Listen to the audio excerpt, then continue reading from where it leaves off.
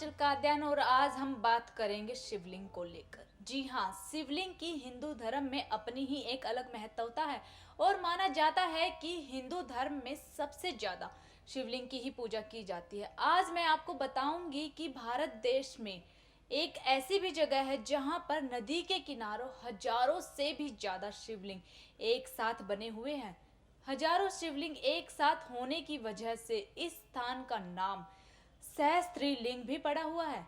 यह जगह कर्नाटक के एक शहर सिरसी में शलमाल नाम की नदी बहती है और इस नदी के किनारे के पास हजार से भी ज्यादा शिवलिंग बने हैं।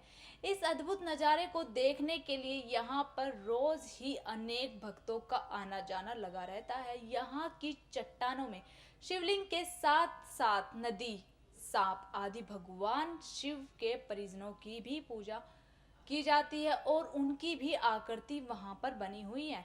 आपको बता दें कि इस नदी की अपनी ही एक खास बात है और माना जाता है कि एक राजा थे, उन्होंने इन सारे शिवलिंग को बनाया है।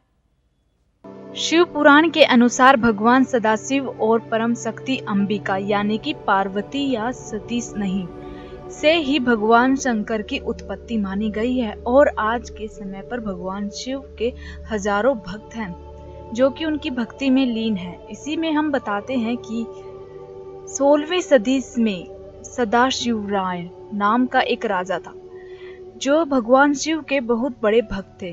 वो हर समय शिव भक्ति में ही डूबे रहते थे, जिसकी वजह से वो भगवान शिव के अद्भुत रचना का निर्माण करना चाहते थे। इसीलिए राजा सदाशिवराय ने शलमाल नदी के बीच भगवान शिव और उनके परिजनों की हजार आकृतियां बनवा दी।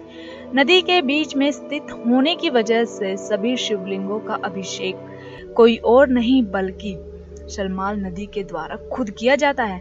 कहा जाता है कि शिवरात्रि के श्रावण के सोमवार पर यहाँ भक्त विशेष रूप से आते हैं क्योंकि इस समय पर भगवान शिव मुख्य रूप से अपने भक्तों की पूजा और भक्ति देखकर उनकी मनोकामना जल्द से जल्द पूरी करते हैं और भक्त भी यहाँ पर आकर भक्त एक साथ हजारों शिवलिंग के दर्शन का अभिषेक का लाभ उठाते हैं।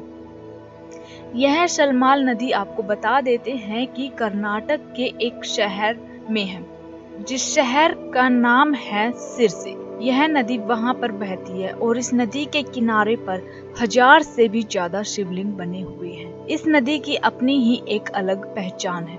यहाँ पर सभी भक्तों की मनोकामनाएं जल्द से जल्द पूरी होती है। यहाँ पर आकर सभी भक्त बहुत ज्यादा आनंद उठाते हैं। तो आपने देखा कि किस तरह से इस नदी में हजारों से भी ज्यादा शिव की आकृतियां बनी हुई हैं और हर एक आकृति की अपनी ही एक अलग पहचान है और किस तरह उस राजा ने शिव की भक्ति में लीन होकर एक साथ इतनी सारी आकृतियां बनाई हैं।